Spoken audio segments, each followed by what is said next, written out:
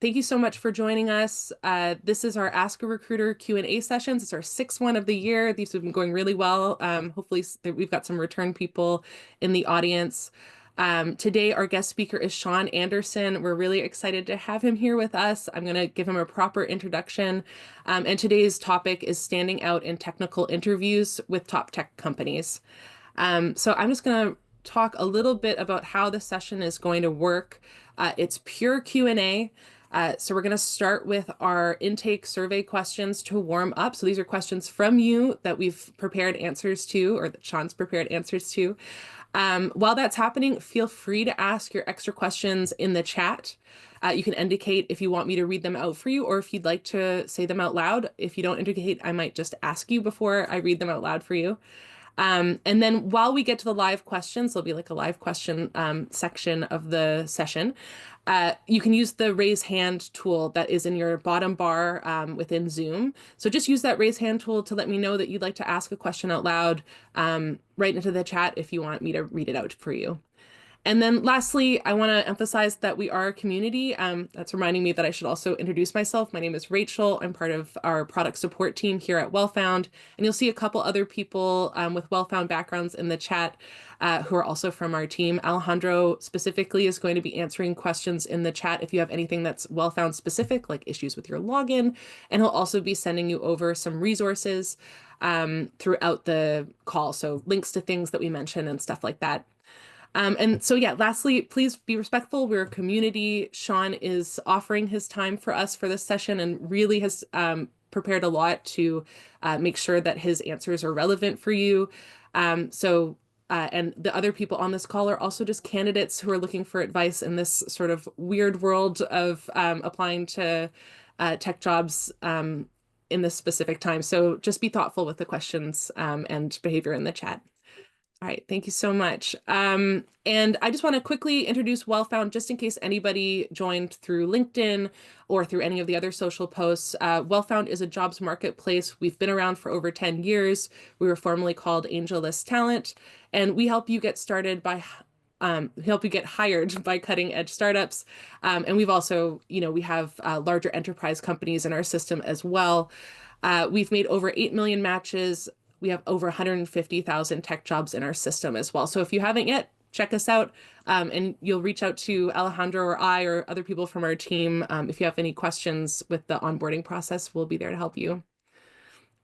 So now down to the good stuff. Our guest speaker today is Sean Anderson. He's a senior talent advisor at Amazon, supporting the Amazon ads team, specializing in emerging technologies and leadership roles. He has over a decade of experience in technical recruiting. He's helped build high-performing teams at innovative companies, including Amazon, TerraPower, MicroVision, Blue Origin, and Zones Incorporated. Throughout his career, Sean has successfully placed hundreds of professionals in roles ranging from technical specialists to C-suite level executives. At Blue Origin, he filled over 70 positions in under a year, and at MicroVision, he placed multiple VP and director roles in just 5 months. He brings a wealth of knowledge in technical interviewing, having prepared countless candidates for successful interviews at top tech companies. His expertise is in full cycle recruiting from sourcing to salary negotiations, and his track record of identifying standout talent makes him an invaluable resource for candidates navigating the technical job market. So, Sean, thank you so much for being here with us today. Thank you for the introduction. I feel like I might blush a little bit.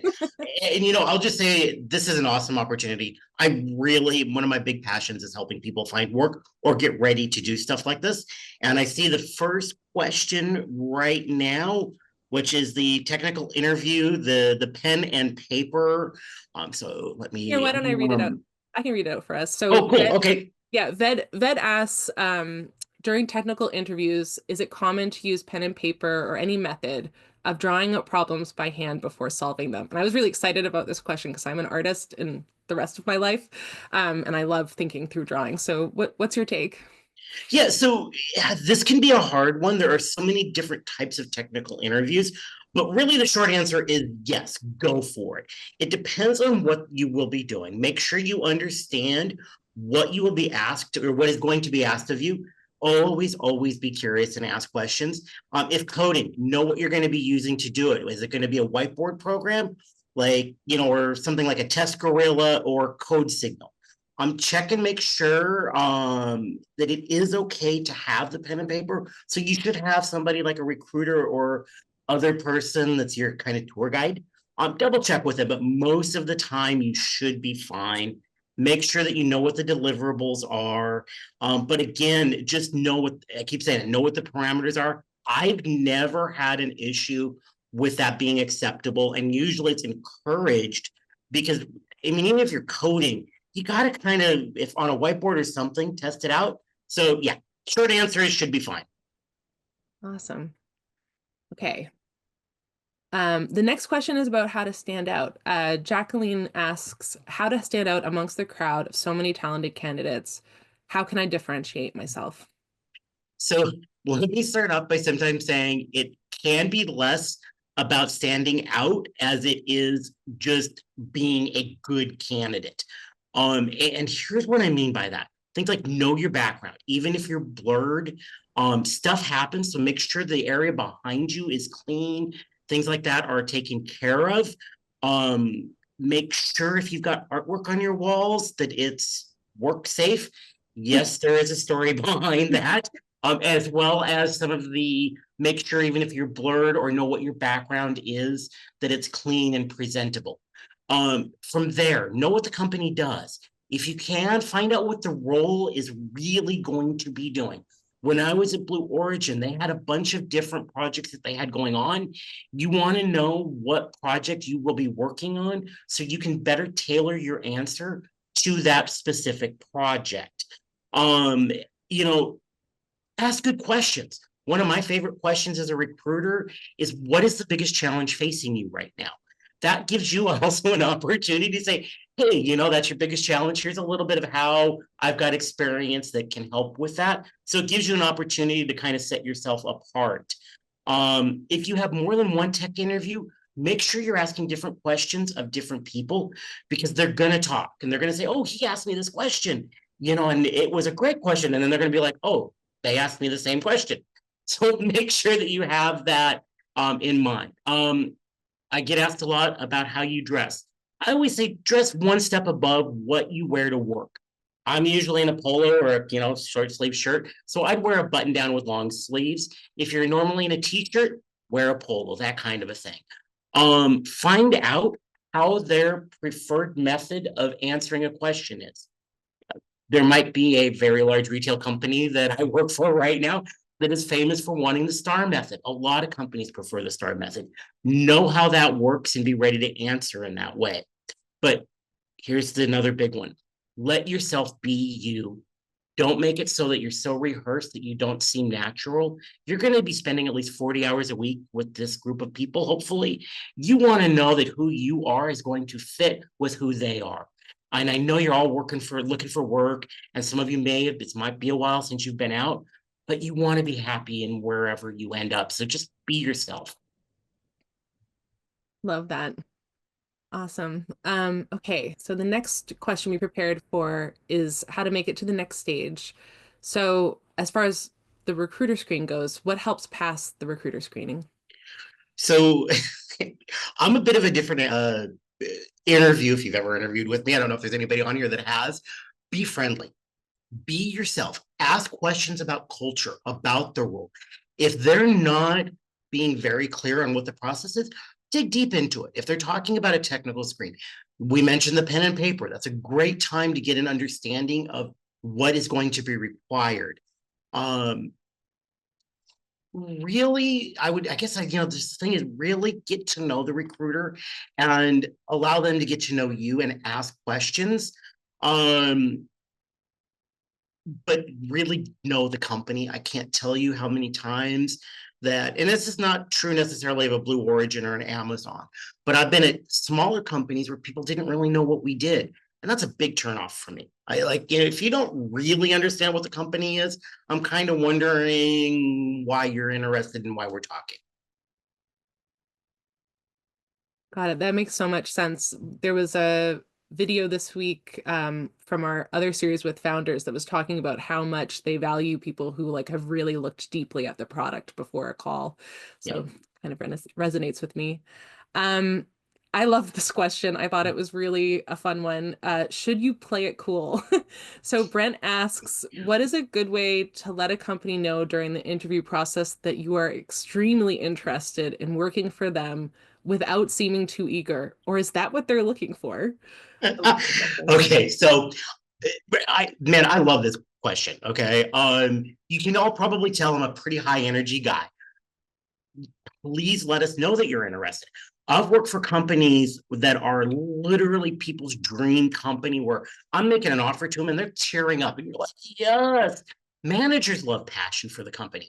Saying you really like a company, maybe mention the mission statement, why the company or role really intrigues you. You don't want to be, gushing and, the fangirl, fanboy thing. Keep it short, keep it direct, but let your passion out. Again, I mentioned it, I'm sure some of you maybe as you're trying to do some of this, you may be worried about it seeming being over eager or it impacting your ability to negotiate later on and hopefully get a time to talk about that. Don't worry about that. You want them to know that you're interested and how the fit would be. You're going to hear me say this a bunch. If it's not a great fit, it's not a great fit, but let your passion out. When I was at Blue Origin, when I was, here at Amazon, you get people who get so excited about the role and it drives it and it really makes it fun to interview with them. And that is also a way you can stand out where you do it directly, efficiently, I guess is the word I would use, but definitely let them know you're interested and excited.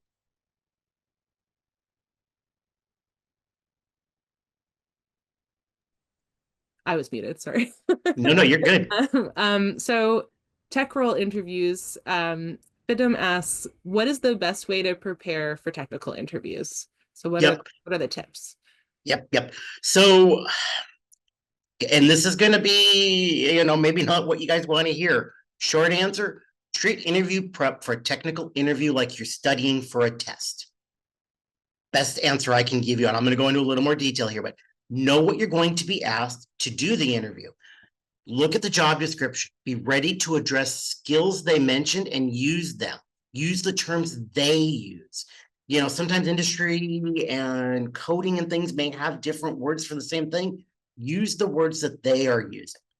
Know how your past and current skills match up to what they're asking about. If there are areas where you're a little light, study up in those areas. If something you have done is very similar and you can draw obvious parallels, be ready to do so. Practice talking about what you have done in relation to how they ask it in the posting. Kind of said that already, but it really is huge. If people do similar work, hold on. If you know people that do similar things to you, ask them to test you, old note cards, whatever it is. If you're doing a coding, ask one of your friends to say, hey, throw me something, that I need to code.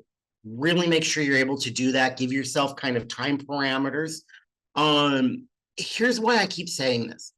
I can't tell you how many times managers have come to me and said they struggled with the answer. They couldn't come up right with it.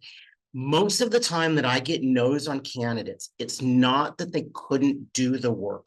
It's that they struggled to answer the questions and it let the manager kind of open the door to wondering if they're a good fit. So you're going to hear me say it, practice, practice, practice. And again, practice, really get to know what they're doing. Also, don't be afraid to say, hey, the way you ask the question, I want to make sure I understand it and clarify because you don't want to make a mistake that could be avoided.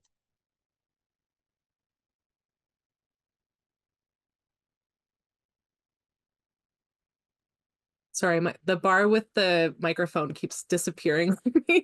I'm gonna try to stay muted while you talk. That's wonderful. I love that. And we've already got some questions in the chat, so I'm gonna read out some, and some are related to what you were just talking about. So Peter, I'm gonna get to your question, but I'm gonna read Ashish's first. Unless Ashish, do you want to ask out loud? Yeah, sure. Hi, Sean. So I wanted to ask about the assessments that we get, the technical assessments. Like some companies, they directly, as soon as we apply for the position, they send an automated OA that we have to first clear. So I wanted to know, like, how are these assessed or like how are these evaluated, and on Okay. what basis do we get further or like is it based on first come first basis, or like how things are evaluated nowadays? So great question. And here's the hard truth to this is it varies a lot depending on what you're doing and the company. I'll be honest, I didn't used to be a fan of assessments, but I'm becoming more and more a fan of them because it isn't a way for us to shorten the interview process, but still look at skills and really make it about skills. So a lot of assessments are usually more of a pass fail. Okay. And it's the same exact, everybody gets the exact same test. You're all evaluated the same.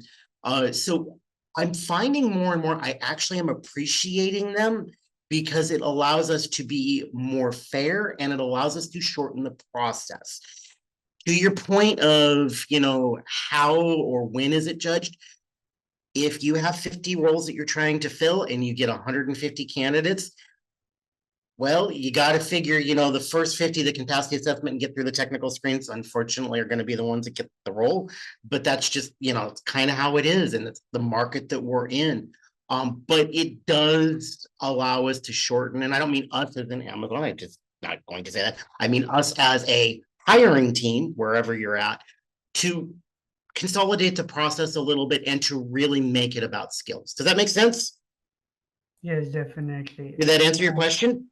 Yeah, and I wanted to know, like, sometimes like there are coding assessments that are there, like, and it's always a time-based event, and sometimes like if we exceeds the event, the time limit, and like there are some errors based on it.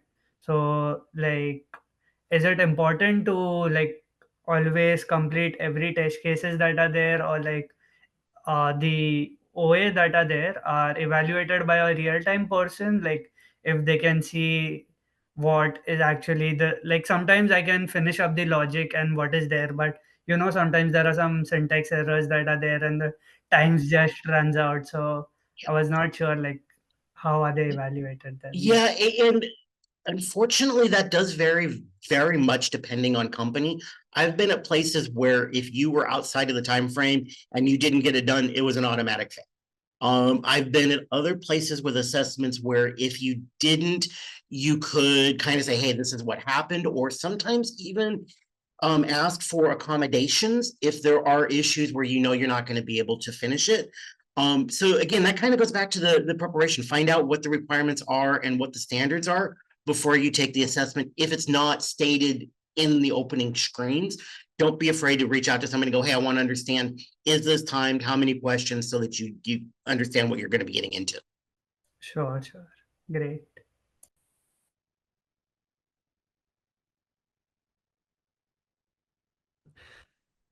Awesome. Thank you so much for asking your question.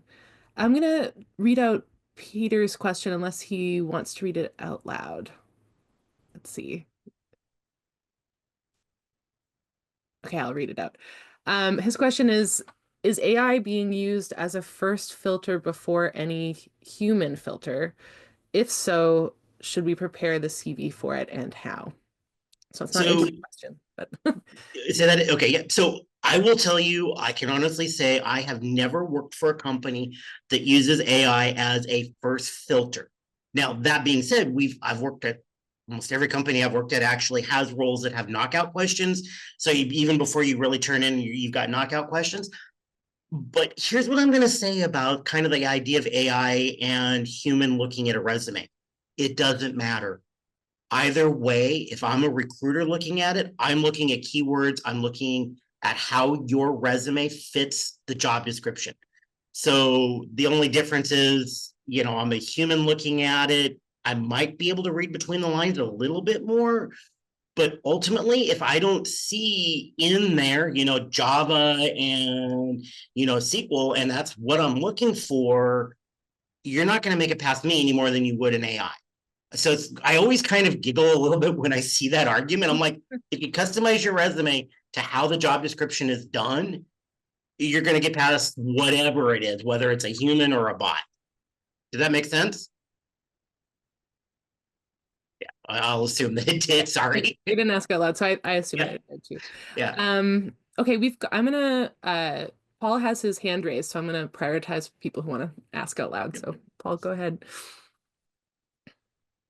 Cheers. Thank you for setting this up. I appreciate it. And thank you for your time, Sean. Yeah. I kind of I have this misnomer that I thought through. I kind of wanted to see your perspective. Where, for instance, if you see a role, you're not like one of the first 50 applicants in terms of batching or reviewing resumes. And secondly, if you are one of the 50, boom, apply it up, right?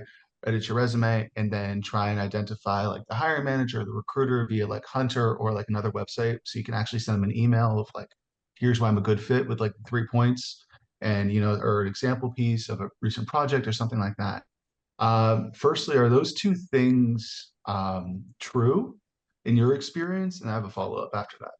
Okay, so I want to make sure I'm going to try to, and I need to turn my volume up. Okay, so I heard you ask, if you see that there's like 50, 100, 200 people that have applied, and I'm going to pick on LinkedIn here because I know that they've got that counter. Firstly, don't believe the counter. Okay, as a recruiter, I've looked at my own recs and seen it on LinkedIn, and it'll say like 100 people, and I'm looking and I have 25. And I'm going, what's a minute here? So still apply. Okay, please apply. I think the more senior, more friendly recruiters are going to tell you, please reach out to me. Because if I get 200 and I miss a resume and you reach out to me, guess what?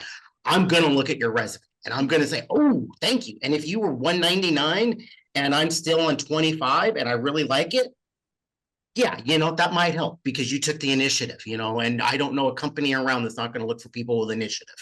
So I would say do that. Hiring managers, I'm a little less on because number one, they're really busy and it can get a little awkward if I'm looking at something and I have to go, hey, your job description says this, and I know you like the person from LinkedIn, but this isn't what the resume says, and it's not, so then like it gets a little weird. But I would definitely say, please reach out to the recruiter. I love it. I absolutely love it. Technical roles, sales roles, I love it when candidates reach out to me. Did that answer all your questions, man? Yeah. I always had this misnomer that like, if you're not one of the first 50, good luck, if you will. But yeah, okay, that's good to know. Yeah. And secondly, I just want to thank you for your time. I appreciate it. Yeah, anytime. Love it. Thanks for the question, Paul. That was great. I'm sure that is really helpful for everybody. Priyarnajan has a question, has raised their hand, so go for it. Yeah, thank you, Rachel, and thank you, Sean. So I have two questions. Does referral matter at Amazon? And Are you asking for if references are checked? no, applying to a job through referral. Through a referral. Oh, definitely. I mean, number one, it just looks good.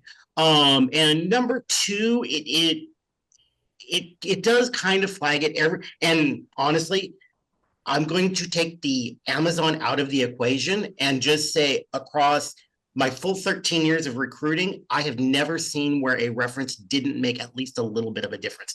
Even for candidates where I'm like, why did you refer this person? I'm still going to reach out and have a conversation and say, hey, this may not be the best fit. I appreciate it, but let's maybe make sure we try to find something for you.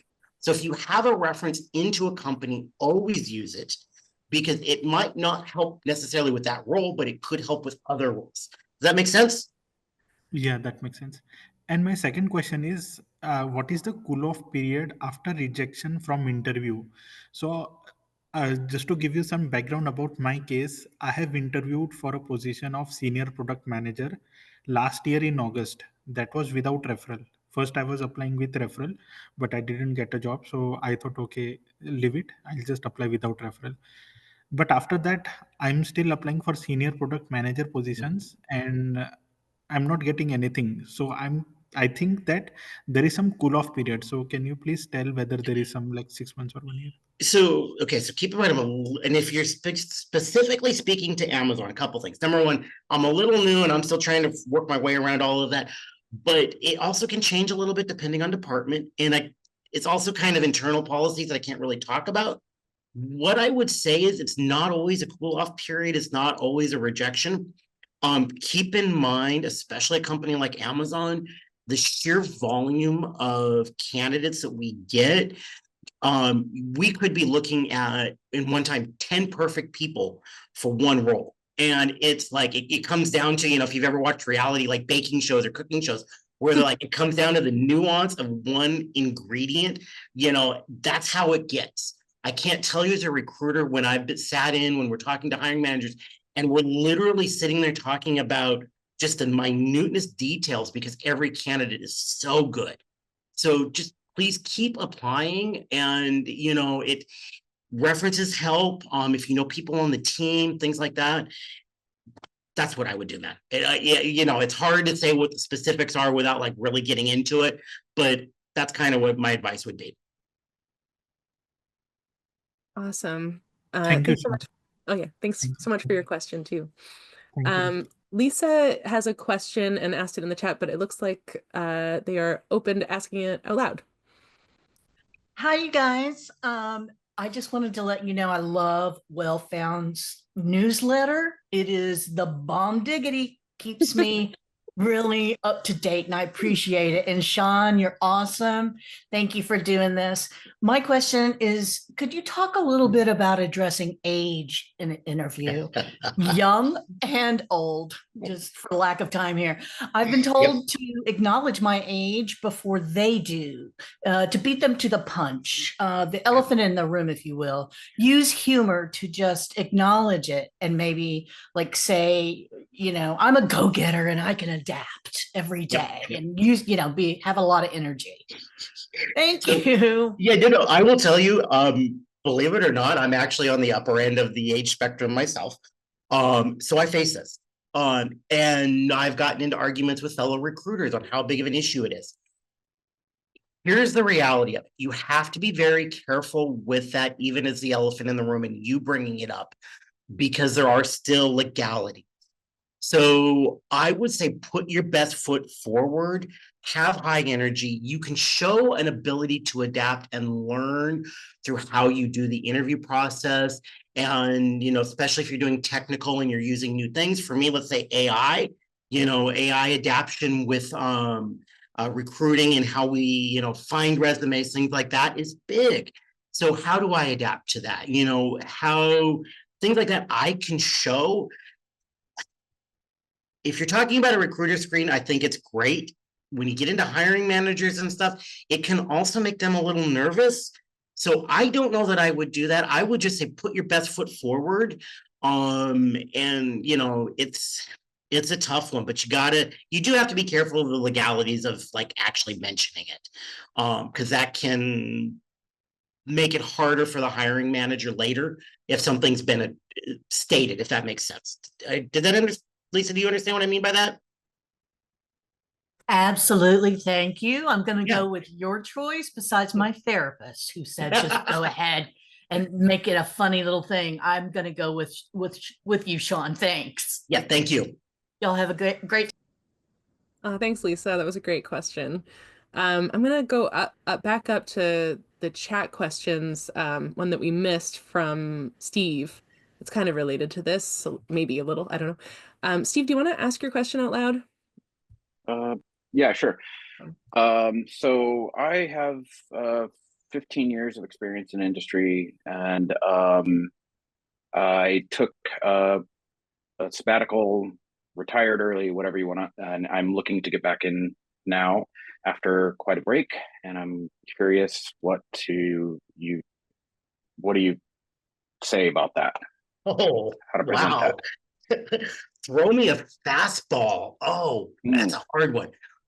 So first off, am I assuming that you've made it into the interview round, or are we talking like even getting interview? I just want to make sure in this situation that I'm answering your question. Let's say in the interview. Yeah. So talk about what you were doing, and I'm assuming if you're in tech, you've probably been doing things to keep your skills up to date. So talk about that a little bit. Talk about how you took coding classes, things like that. And then also talk about your, overall experience. It's a little hard, depending on what you're engineering or what you're doing to know specifically how to relate it. But I would say anything that you did that kept your knowledge level sharp, those are the kinds of things that you want to talk about. But remember, if you've made it to the interview stage, they may be seeing something where maybe they need somebody with that more seniority. So be open to listening to how they direct the questions and see if you can suss out what it is that they're interested in you for, because it could just actually be that more senior leadership. Okay. Just curious, let's say, what do you suggest for getting to that interview? Like if I'm just sending out resumes at this point. Yep. Don't be afraid to, borrowing Lisa's elephant in the room. Put on there that you took a sabbatical. And then again, like when I've been out of work, I'll put on there LinkedIn courses that I've done, things like that. So if you can, and you were doing things like that, don't be afraid to put that on there and say, hey, during this time I was staying up. I keep picking on coding, I was taking coding classes, or I was taking classes in AI, or, things like that, so that they understand that you weren't just doing nothing. Right. Thanks. Yeah. Awesome question. We want to go back to a question here from Austin. Austin, do you want to ask your question out loud about testing the effectiveness of a resume? Yeah, sure, I can if you want. I guess from a personal standpoint, I was wondering if you had any recommendations on maybe having like a recruiter or some service out there that could take a look at your resume and see if it's actually any good. Again, personal standpoint, I've spent hundreds of dollars on a couple different resume writing services, and I feel like every time I do that, I get fewer responses, and I'd like to be able to test that somehow. So, true disclosure, my last round, I started off with paying somebody to do mine because I can help other people do resume writing. My own, not so good. I ended up basically retooling everything they did. Like, it gave me a basis. I'll give you some points for me. Keep it clean, clear, concise. I'm going to ask you some weird questions and give you some precise recommendations on my opinion. Are you a contractor, or are you like a regular full-time employee? Looking to be a regular full-time employee. I'm trying to transition my career. Okay. So I was a mechanic trying to get into code. So that's odd. So if you haven't been a contractor where you've been doing like 3 jobs every year and hugely technical, 2-page resume. Don't do the side panels and stuff like that. I just hate those. They're distracting. But 2-page resume is great. Keep your work to the last 10 years more than likely, because that's the most relevant. If you've got more than 10 years, do it at the top or the bottom, just a timeline of other roles that you've had. But make sure your name, email address, and phone number are clear at the top, and everything else should just be precise, clean, and easy to read. That's all you need. And then from there, and I know I'm going to get a lot of people giving me this stink eye over the camera here, tailor your resume. Each job. I know it's a pain, but everybody lists it differently. And generally my advice is, if they've got these are, the required skills, your skills should be in that order, and they should be addressed, as not copy paste, but it should be, this is what I did and how I did it. Make sure you have results, things like that. Make it so that it's very, this is what I did and this is what happened, kind of a thing. If that makes sense. Okay. Thank you. Yeah. Awesome. Great question. It's good to know. I want to know what ones didn't work for you, Austin. Yeah. Maybe not public. I don't know. Yeah. But yeah, that's really interesting. Ashish has a question here. I'm just going to read it out, actually. I wanted to know more about the initial screening round. When we get the initial call from a recruiter and they ask us about our experience, how should we answer them? I feel not all recruiters are not very technically adept. I think they mean that, they might not know the technical terms that you're talking about when, if it's for a technical role. So like, how should we explain in detail our experience or give a brief summary? And how are we being evaluated on this initial call? So I'm going to tell you, recruiters are sometimes better at playing dumb than you think we are. I'll admit, when I'm learning a new technology, the first couple ones, I'm like, I know nothing. And I'll usually tell them. But after that, I'm going to ask you a question and I'm going to see how you explain it. And I cannot remember who had this quote, but it basically says, and I think it might have been Einstein, said, if you can't explain what you do to a layman, you're not an expert. So you need to be able to explain it to me like I know nothing. And if you can do that, that tells me that you have a depth of experience that others may not have.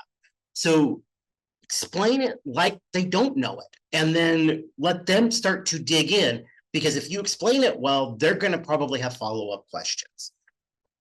Hope that helps. And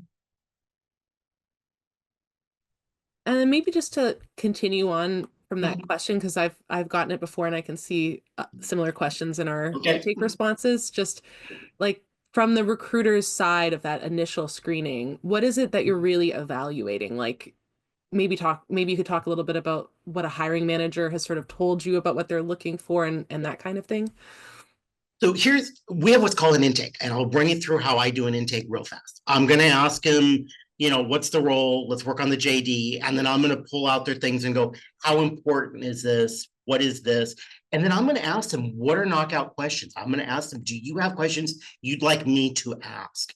And I'm going to dig in. If they say they want 3 years of Java, I don't know why I keep picking on Java. It's what's in my brain today.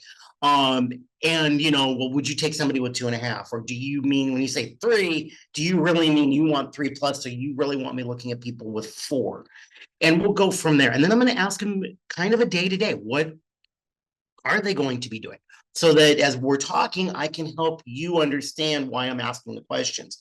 But I'm evaluating, I would say, at a 5,000-foot level, technical skills. I'm evaluating team culture fit, company culture fit.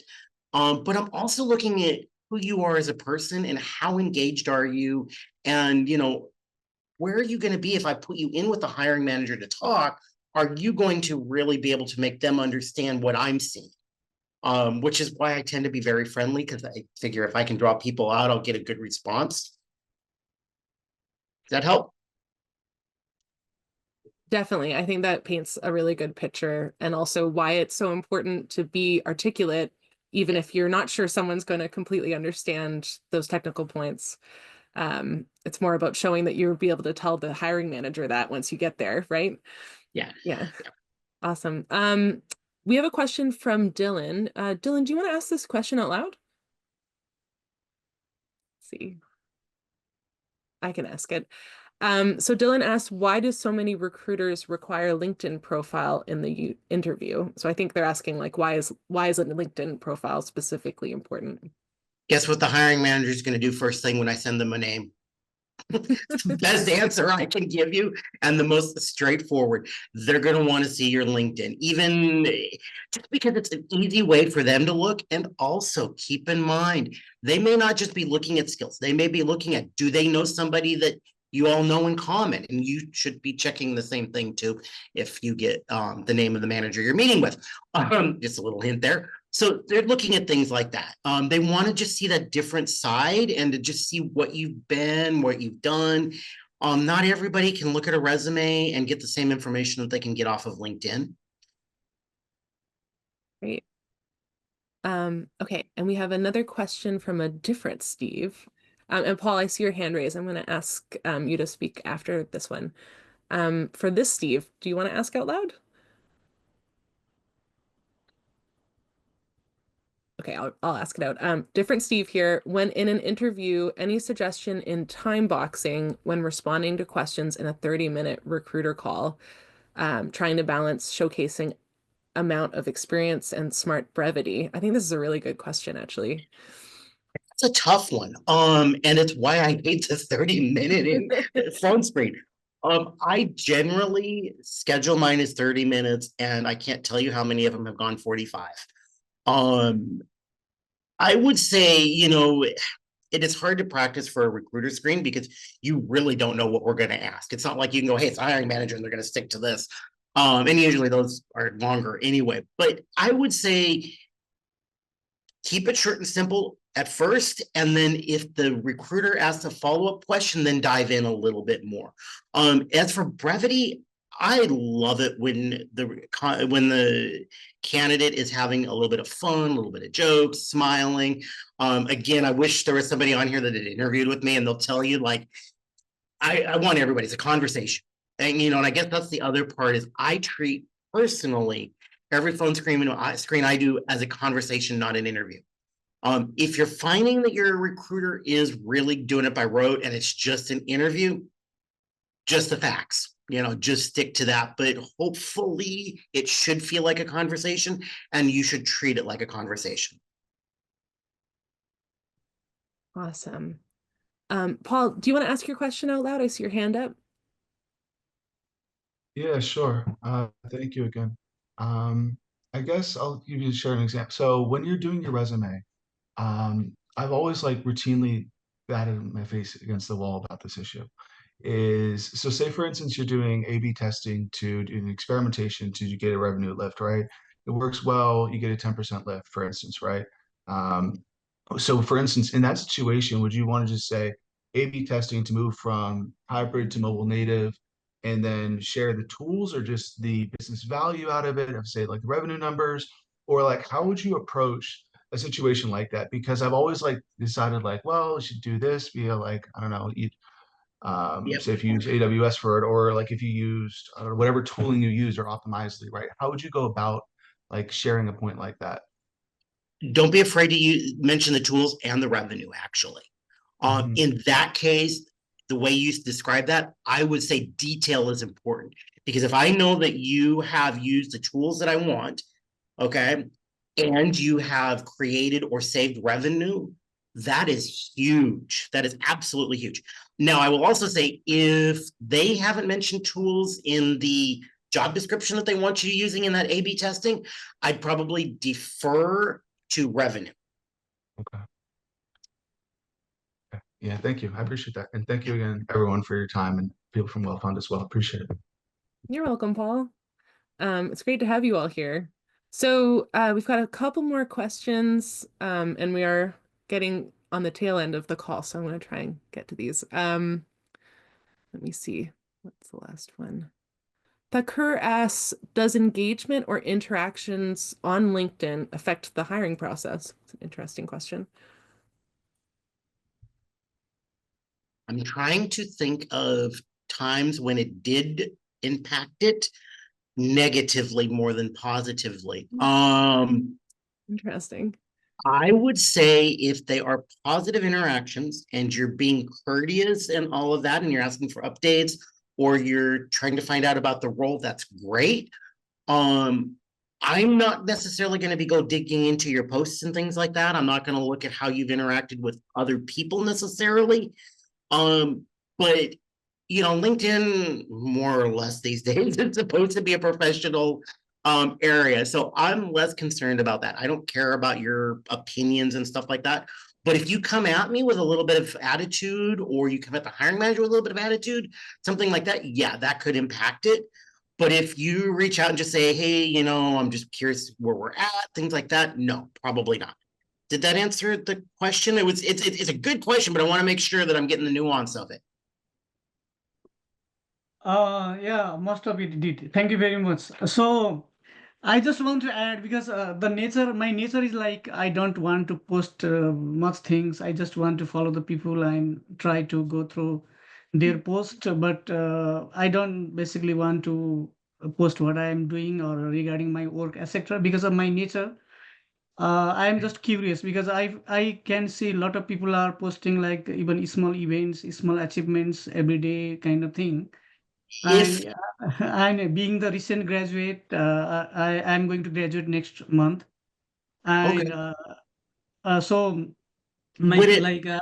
I was just curious if that type Yeah. of uh, active involvement in the LinkedIn might help or not in So getting. I would join groups that are Mhm. in your area of graduation, like whatever you graduated for. Join groups and comment on things, and maybe post or share posts with like courteous responses. Like if you look at me on LinkedIn, you'll see me all over the place. Like I'll repost things from Amazon ads or other companies I've worked at in the past, and I'll add a little note to it just to, you know, be me.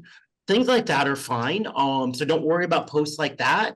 Um, Upbeat, I think like for the month of May, or not May, the month of March, I posted a 30-day challenge to all my contacts to do something nice to, you know, somebody every day. Like do something nice for somebody every day.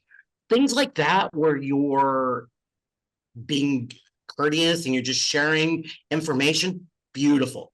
Just stay away from the bad end of LinkedIn right now, I guess is what I would say.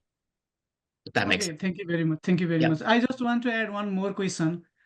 Do you have any suggestion for recent graduate, like who have the experiences in the research or academic level, but still they don't have the experience for the industry level? Like I know how to use the Python, I know most of the thing regarding data science, but Mhm. most of the job nowadays are all mentioning the experience for 3 or 4 years, etc. Yeah. So how to deal in such a scenario? Or are there any companies like who hire the recent graduate kind of thing? Is there a way to figure out? So I'm going to pick on the last 3 companies that I've worked at. Well, actually, I'm going to skip one, but Amazon, TerraPower, and Blue Origin all have groups that are dedicated to new grads. Okay, so you want to look at those groups because they're going to know the roles within their companies that are open to them. Because a lot of them, you nailed it. You said they don't look at your graduate work or intern work as work experience necessarily, but they will have groups that will help you as a new grad or early career find the right role. Okay, just to make sure, group in the sense, are they LinkedIn groups or No, they're groups what? within, they're usually groups within the organizations, and you can go on LinkedIn and find people that are like in their early career and stuff like that, or your schools may have had people from those companies coming over and talk to them. So anytime a school has a career fair or something like that, whether it's virtual or in person, and they have representation there, those are the people that are kind of the early career. Oh, okay, got it. Thank you. Thank you very much for this all. Thank you. Yeah. Oh, great advice. It's such a good reminder that companies have specific people who are helping with early career candidates. Okay, so we've got just a little bit of time left. I think I'm going to ask one more question, and we'll talk a little bit about how we can get more questions answered and other ways that we're going to support you right after. So Dylan had a question. How does sending a follow-up email after an interview influence the overall hiring process and candidate evaluation? Oh, you would ask that one question. And this is probably one of the toughest ones to answer. I love it. Okay. I love it when somebody reaches out to me after a screen, or if they reach out to me and say, hey, can you give me the hiring manager's information? Most hiring managers really appreciate it. Now, if it does come down to kind of that, we've got 3 candidates we're looking at, and you're the one that sent that email, it could make the difference. I have, again, never seen it be a negative, but please make sure you spell check and do all of that. You'd hate to have something, like a simple little thing impact it, but I'd say go for it. It can't hurt, and it could help, but I won't say it will help. Awesome. Well, it's good to know that you love it. I think I would like something like that too. So I think it just shows some nice rapport. This was great. We've had some really great questions. I'm sorry we couldn't get to them all. The first thing that I want to kind of announce to try to continue the community moving forward is that we've just launched our Discord channel for Wellfound, and we're just introducing it to previous and current webinar participants to kind of get it started. And we're running our first event next week, which is going to be a live resume and profile review. I'm going to help do it with our product manager, Nathan. And so if you are looking for some feedback, we had some questions here today about resumes and what you can do to improve them. You may want to join. So Alejandro is going to post our Discord channel invite in the group channel. But also he'll post the link to the invite for the event as well. Awesome, he just did it. Yeah, so join us there. And also, Sean, I don't know if you've got time, but you're welcome to join us too if you want to answer any more questions or just stay in touch with previous people that you've met through this. That would be great. It would be great to have you. And we're going to continue to invite recruiters into that channel in the near future as well. Oh, it Hey, says hey, Rachel. invalid channel. Hey, Rachel, can you take my question? I just posted on the chat. I don't know who is speaking right now. Shishir. Sorry. What's the name? Shishir. Shashir. Okay. Right before I ask that question, because I do think we're going to have time because we still have 10 minutes. I'll just say that Alejandro is going to post our survey in the channel. So maybe while we're answering this last question, people might give us some feedback. This is only our sixth one of our Ask a Recruiter Q&As. So I would love to have some feedback on how this went for you. It also gives the opportunity to stay on the mailing list for Ask a Recruiter sessions. So I'll definitely be sending you the invites in the future. But yeah, I think we have time for this question if you're okay with taking it, Sean.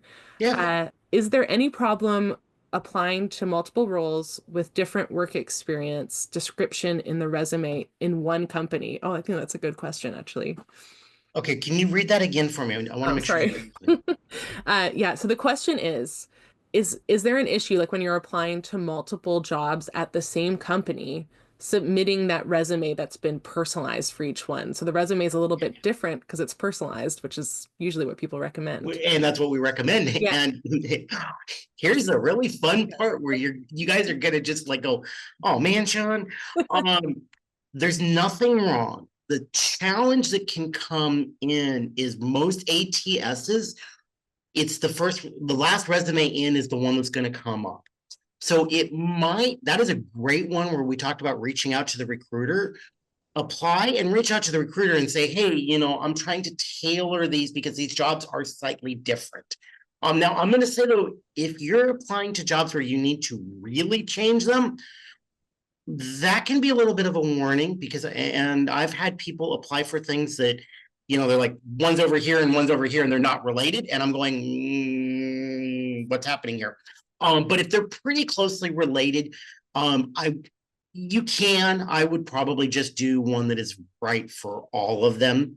And then reach out to the recruiter. Definitely reach out to the recruiter in a situation like that. Did that answer your question, Shashir? I know that was a good one, and that's probably one of the more challenging questions, actually. Yes, that would be very helpful. Perfect. Awesome. Rachel, I do have one question. Can I just ask it, if we have time? I might have called it too soon. I think we can answer it if Sean's okay. Yes. Yeah. Hello, Sean. Nice to meet you, and thank you for helping all of us. Yeah. I have recently given an interview for Amazon SD intern position, and I not the best decision, but I got rejected. I really wanted to become an Amazonian, in fact, but I wanted to know if I apply for roles later, will I be considered, or would that rejection be like a bad mark on that whole thing? I'll tell you, yes, I am here right now as a contractor, but I have interviewed with Amazon. I'm thinking here, interviewed 3 times, including 2 of them being the dreaded on-site, which actually is not that bad. So it is not a bad mark. I have yet to see a company where it is. The record that I have seen, I haven't seen as many here at Amazon. When I was at Blue Origin, the record that I saw, somebody had applied to 220 different roles within the company. Okay. And actually, we ended up hiring them. That is an absolute other end of the scale of what you're asking. But no, please, because it also goes back to one of the first questions we had, showing that passion for the organization. Like Amazon is a dream company for a lot of people. And it is hard to get into because it is a dream company for so many people and so many people want in. So try again. Yeah, that's a sense of relief. Yeah, thank you so much. Yeah. Awesome. That's great to know. And it's really good perspective to have too. I think that recruiters have a lot of perspective, even on the other side of things of applying to jobs themselves, that they see it from both sides. So it's always wonderful to get that reminder that recruiters have been exactly where you have been when you're on a call with them. So awesome. Well, this has been great. I think I can't tell if this Discord link is working or not. I'm seeing some invalid links here. Hopefully this last one is working. Yeah, Discord was messing with me. Yeah. Okay, Dylan says it's working now. Great. So if you want to join us, I'm going to join into Discord in case anybody has any other follow-up questions after the call. But I just want to take this time to thank everyone for coming. This was such a fruitful conversation.